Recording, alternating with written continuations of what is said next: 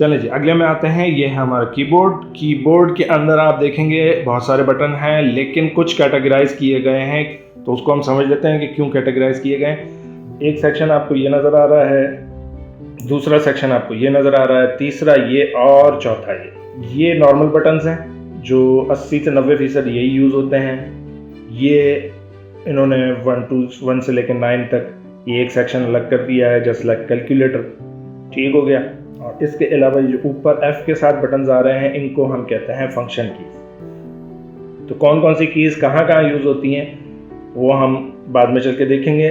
जो जहन में बिठाने वाली, जो नोट करने वाली चीज़ें हैं वो आप नोट कर लीजिए। और इसके अलावा ये जो 2 बटन हैं इनको हम बोलेंगे कंट्रोल। ये जो 2 बटन हैं ALT, इनको हम बोलेंगे अल्टर। कंट्रोल, CTRL और ALT, इन 2 बटन्स को अपने जहन में बिठा लीजिए। इतनी बार ये सुनने को मिलेंगे, इतनी बार ये यूज़ होंगे कि आपके जहन में नक्श हो जाएंगे, लेकिन फ़िलहाल आपको पता होना चाहिए। ये जो 2 बटन हैं सेम है दोनों, इनको बोलते हैं शिफ्ट। ठीक हो गया। ये लंबा सा बटन, इस लंबे से बटन का नाम है स्पेस बार। ठीक हो गया। उसके बाद ये इंटर है, और इससे ऊपर आप देखेंगे ये है बैक स्पेस।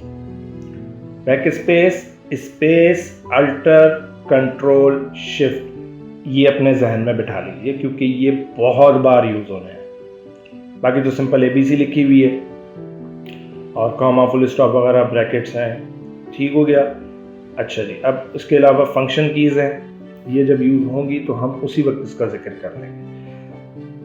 ये कैलकुलेटर टाइप जो ये चीज़ बनी हुई है, इसका कंट्रोल इस नम लॉक के ऊपर है।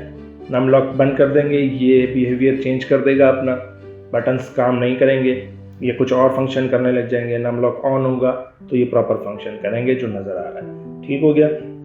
फिलहाल बेसिकली आपने ये चीज़ देखनी थी कि कीबोर्ड में कौन सी चीज़ ज़्यादा यूज़ होती है, कौन सी चीज़ कम यूज़ होती है।